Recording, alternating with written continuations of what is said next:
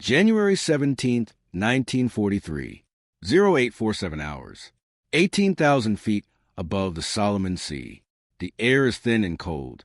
Lieutenant Yamamoto Kenji feels the vibration of his Mitsubishi A6M0 through his leather gloves, a familiar hum that has carried him through 43 combat sorties. Below, the ocean spreads like hammered steel under the equatorial sun. Above, only the empty blue, endless, silent, and he adjusts his goggles against the glare. The formation is tight. 9 zeros in 3 ship sections, escorting a flight of Betty bombers toward Guadalcanal. They have done this dozens of times. The route is known. The altitude is safe. The Americans, he has been taught, do not patrol this high. They lack the discipline. They lack the engines. They lack the spirit. He believes this completely. For 2 years, pilots like Yamamoto have been told a story, not in words alone, but in victories. The story is simple and sweet. The Zero is invincible. It can outclimb, outturn, outfight anything the Americans or British can muster. Its range is unmatched. Its maneuverability is a kind of poetry. In training, instructors spoke of it with reverence. In combat, it proved itself again and again. Pearl Harbor, the Philippines, the Dutch East Indies, Singapore, Wake Island, everywhere the rising sun advanced. The Zero led the way, a silver needle-stitching triumph across the Pacific sky. The Americans flew heavy, sluggish fighters, Brewster Buffaloes, Curtiss P-40s, machines that seemed built by men who did not understand air combat, who valued armor over agility, who confused weight with strength. Japanese pilots called them Akuma no Torai, devil birds, but without fear, with pity. Yamamoto has shot down 4 American planes. He remembers each one. A wildcat over a bow, trailing smoke like a dying comet. AP-40 over New Guinea, spinning into the jungle canopy. He remembers the way they flew, predictable, mechanical, without key, without fighting spirit.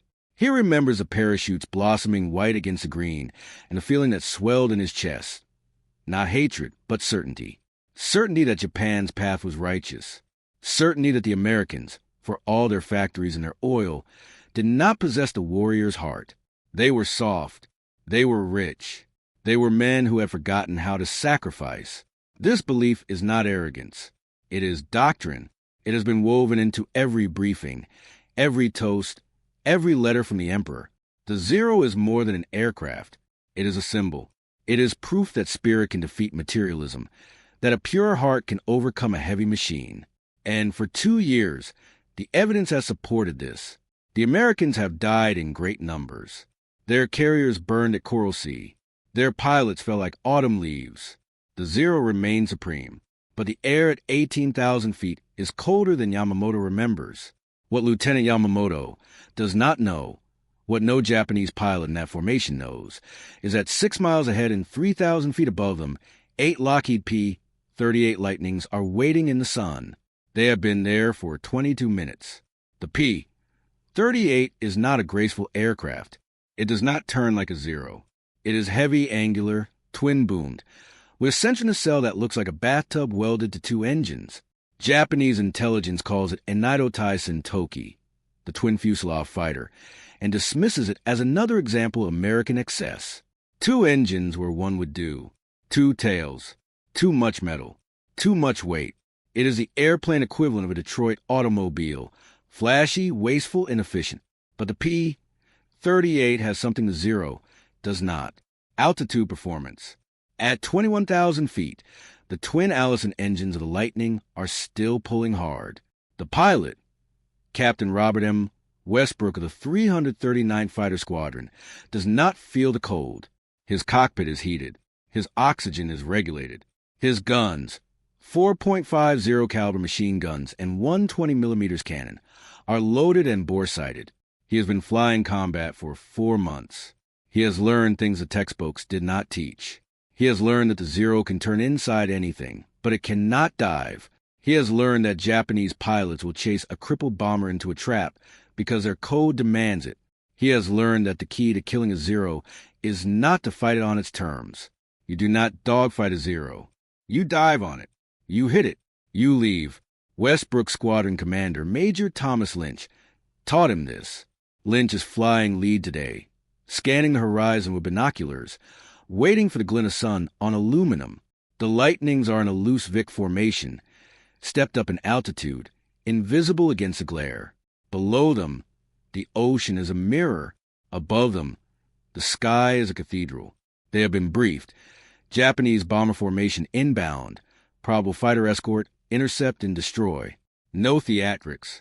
No honor duels. This is not a samurai drama. This is industrial warfare. The P-38 is a tool. The pilots are mechanics.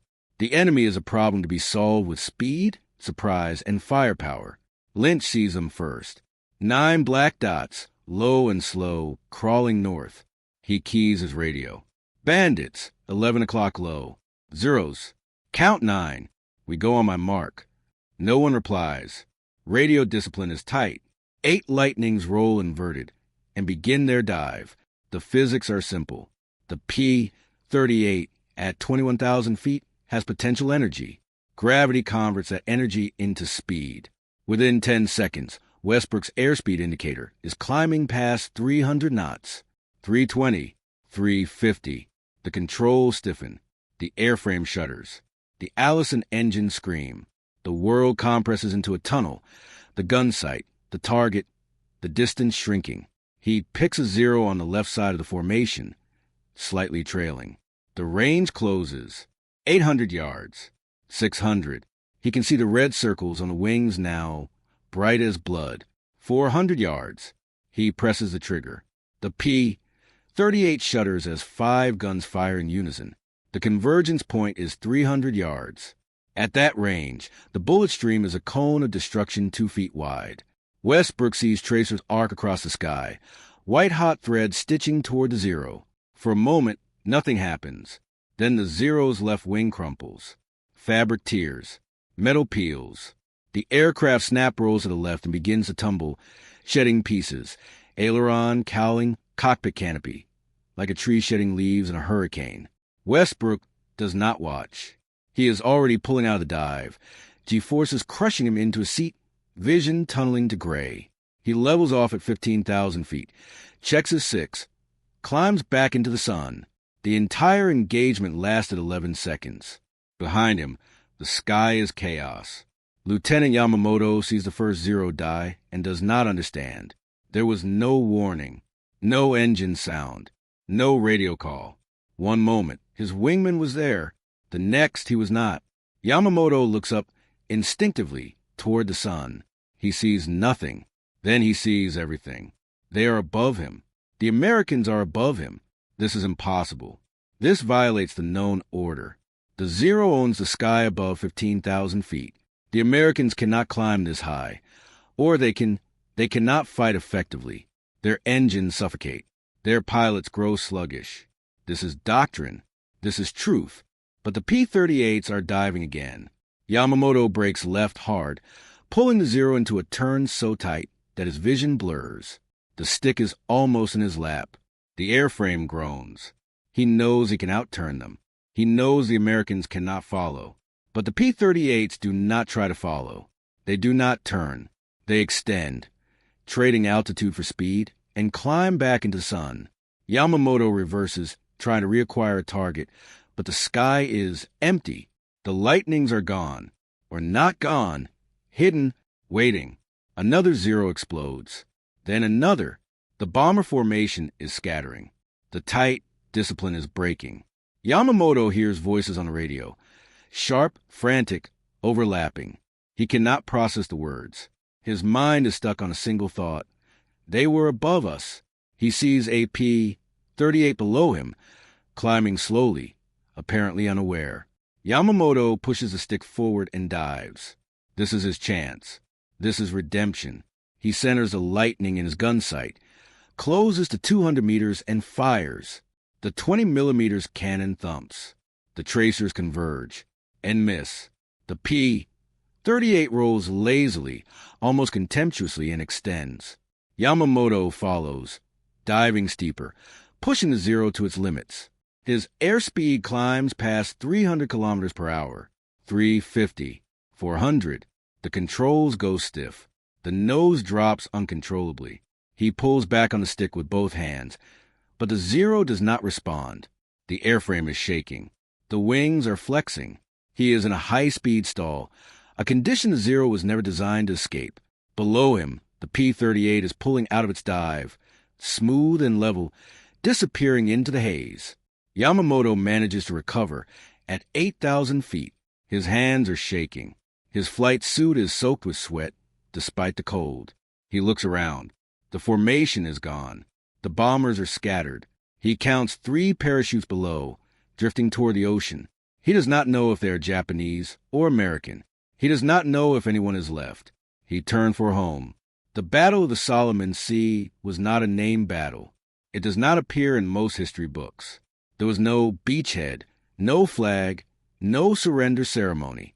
It was one of hundreds of air engagements fought over the Pacific between 1942 and 1945, a brief and brutal collision of men and machines in the empty sky. But for the pilots who survived it, the engagement marked a turning point, not in the war, but in their understanding of the war. The Zero, in January 1943, was still a formidable aircraft. It could still outturn any Allied fighter.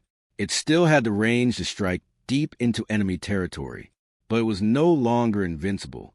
The myth had been broken, not by a single catastrophic defeat, but by the slow, methodical accumulation of American advantages. Better engines, better radios, better tactics, better logistics. The P-38 Lightning was only the beginning. By mid-1943, the Grumman F-6F Hellcat would enter service, a fighter explicitly designed to kill Zeros. By 1944, the Vought F-4U Corsair would dominate the Pacific skies. These were not elegant aircraft. They were not symbols. They were tools, built by a nation that understood war not as a spiritual contest, but as an engineering problem. The Japanese pilot corps, by contrast, was dying, not metaphorically, literally. Japan trained fewer than 10,000 fighter pilots during the entire war. The United States trained more than 60,000. When a Japanese ace died, he took his experience with him. There were no rotation policies, no training commands, no systematic transfer of knowledge. The best pilots flew until they were killed. The replacements were boys with 50 hours of flight time, sent into combat against American pilots with 200 hours, flying aircraft with twice the horsepower and 4 times the ammunition. Lieutenant Yamamoto survived the war. His records, preserved in the Japanese National Archives, show that he flew a total of 71 combat sorties between 1942 and 1945. He was credited with 6 victories, all in the first year. After January 1943, he did not shoot down another American aircraft. He was reassigned to training duties in late 1943, then to home defense in 1944. In August 1945, he was stationed at Atsuji Airfield near Tokyo, preparing for the final defense of the homeland, when the emperor announced a surrender. In his post-war memoir, published in 1952 and translated into English only in 1998, Yamamoto wrote about that moment above the Solomon Sea. He described the feeling of looking up and seeing the P-38s where they should not have been, the sudden vertigo of realizing that the rules had changed. He wrote, "We have been taught that the Americans were weak, that they valued their lives too much to die for their cause. But when I saw those twin-tailed fighters diving out of the sun, I understood that we had mistaken comfort for weakness. They did not need to be willing to die. They had built machines that allowed them to live." The mythology of the Zero did not die quickly. Japanese propaganda continued to celebrate it until the end of the war. Pilots were still told they flew the finest fighter in the world. Maintenance crews still polished the aluminum until it gleamed. But in the cockpits, among the men who actually flew combat, a different story was spreading. It was told in glances and silences, in the way veterans looked at new pilots. The story was this: the Americans had learned. They had learned not to dogfight. They had learned to use altitude and speed. They had learned to coordinate attacks using radios, a technology the Japanese never mastered. They had learned to treat air combat not as a duel between warriors, but as a hunt conducted by a team. Japanese pilots called this style Yashiki no Naita Takai, fighter without form, and they despised it. It lacked honor. It lacked beauty. It was a warfare of merchants and mechanics, not samurai. But it worked. By mid-1943, American pilots were killing Zeros at a rate of 4-1. By 1944, the ratio was 10-1. The reasons were not mystical. They were material. American fighters had self-sealing fuel tanks. Zeros did not. American pilots wore body armor. Japanese pilots did not. American radios allowed coordinated attacks. Japanese radios were short-range and unreliable. American logistics could replace a lost aircraft in weeks. Japanese logistics took months. The war in the air became a war of attrition, and attrition favored a side with more factories, more oil, more pilots, more of everything. The symbolic object that haunted Japanese pilots was not a weapon. It was a parachute. American pilots wore them. Japanese pilots often did not. Not because Japan could not manufacture parachutes. It could, but because the warrior culture discouraged their use. A pilot who bailed out was a pilot who had given up. A pilot who died in his cockpit was a pilot who had fulfilled his duty. This logic persisted even as the war turned desperate. In 1944, as the kamikaze program began, parachutes were explicitly removed from suicide aircraft to save weight. The message was clear. Return was not an option. Survival was not a value. American pilots, by contrast, were trained extensively in bailout procedures. They carried survival kits, water, rations, a radio beacon, a pistol, shark repellent. They were taught that their lives had value, that their experience could be passed on, that coming home was not cowardice but duty. This difference in philosophy had practical effects. An American pilot shot down over the Pacific had a reasonable chance of rescue. A Japanese pilot had almost none. Over the course of the war, the U.S. Navy rescued more than 5,000 downed airmen using submarines, flying boats, and destroyers. Japan rescued fewer than 500. The parachute became a symbol of American abundance, yes, but also of a deeper philosophical divide. It represented the belief that individuals mattered, that their knowledge was valuable, that war was a collective effort rather than a series of individual sacrifices. Japanese propaganda mocked this. American pilots were called okubyo, cowards for valuing their lives. But in the cockpit, facing a squadron of Hellcats at 20,000 feet, the mockery fell hollow. The Americans kept coming. The Americans kept learning. The Americans kept winning. Captain Robert Westbrook survived the war as well. He flew a total of 112 combat missions, was credited with 8 confirmed victories, and returned to the United States in October 1945. He did not speak much about the war. In a 1983 interview for the American Aviation Historical Society, he was asked about the moment he shot down his first Zero. He paused for a long time before answering. "It wasn't like the movies," he said. "There was no music, no slow motion. I didn't feel like a hero. I felt like a guy doing a job. We had good planes. We had good tactics. We had good intelligence. The Japanese were brave. God, they were brave. But bravery doesn't stop bullets. I think about that sometimes. I think about the pilot I shot down. I wonder if he thought he was invincible right up until the moment he wasn't. I wonder if he understood at the end that it wasn't personal. It wasn't about honor. It was about who had the better tools." The P-38 Lightning was not a perfect aircraft. It had problems. Engine cooling issues, compressibility at high speed, a tendency to snap roll if mishandled. But it was good enough. And in war, good enough is often all that matters. The Lightning served in every theater of the Second World War. It flew reconnaissance missions over Berlin.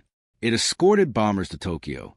It shot down more Japanese aircraft than any other American fighter in the Pacific. It was not beautiful. It was not poetic. But it was there in the sky when it needed to be. And that, more than any ideology or spirit or faith, is what won the air war. The turning point was not a single battle. It was 1,000 small battles.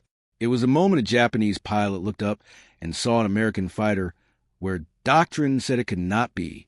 It was the moment a Zero tried to dive and disintegrated under the stress. It was the moment a kamikaze pilot realized that no amount of willingness to die could compensate for radar-guided anti-aircraft fire.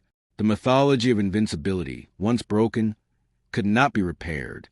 And the Americans, with their vast industrial capacity, their culture of innovation, their willingness to learn and adapt, pressed the advantage relentlessly. By 1945, the Zero was obsolete. Japan tried to replace it with newer designs, the Kawanishi N1 Keishirden, the Mitsubishi J2M Raiden. But these aircraft arrived too late and in too few numbers. The factories were bombed. The fuel was gone. The pilots were children. The war in the air had become a massacre, a one-sided slaughter that foreshadowed the destruction to come. Lieutenant Yamamoto, in his memoir, described the final months.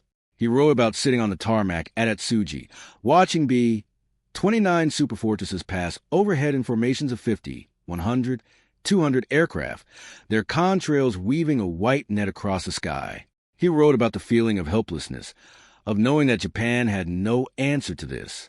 He wrote, "We had believed that spirit could overcome material. We had believed that the purity of our cause would grant us victory. But the Americans did not care about purity. They cared about results. They built so many planes that even if we shot down 10, 20, 50, there were always more. We call them cowards for not wanting to die. But perhaps the real courage is to build a world where dying is not necessary." This reflection, written 7 years after the war ended, captures something essential about the conflict in the Pacific. It was not a clash of good versus evil, though both sides believed they represented good. It was a clash of philosophies, the warrior ethos versus the industrial ethos, the individual versus a collective, the sword versus a factory. And in the crucible of total war, the factory won. The air above the Solomon Sea is quiet now. No zeros, no lightnings, only the wind and the sun and the endless blue. The men who fought there are mostly gone. The records are fading. The aircraft are museum pieces, polished and roped off, stripped of their violence and their purpose. But the lessons remain. The lesson of the Zero is this: invincibility is always an illusion. It is a story we tell ourselves to make sense of chaos. It works until it doesn't. And when it breaks completely. The lesson of the P-38 is this: war is not won by the bravest or the most skilled. It is won by the side that can bring the most resources to bear, the side that can learn faster, adapt quicker, replace losses more efficiently. Heroism matters. Skill matters. But logistics matter more. And the lesson of the parachute, the small, unglamorous piece of silk and cord that saved thousands of lives, is this: a culture that values the survival of its people, that treats them as assets to be preserved rather than resources to be expended, has an advantage that cannot be quantified but is nonetheless real. The Americans did not win the Pacific War because they were willing to die. They won because they were willing to live. They won because they built systems that allowed their people to fail, to learn, to try again. They won because they understood that in a long war, the side that can afford to make mistakes will outlast the side that cannot. Lieutenant Yamamoto understood this. Eventually, Captain Westbrook understood it from the beginning. The sky above the Solomon Sea taught it to both of them, in fire and smoke and the cold, in different physics of falling metal. Somewhere in the archives, there is a photograph of a P-38 Lightning in flight, taken in 1943. The aircraft is framed against a bank of clouds, its twin booms slicing the air, its guns silent but ready.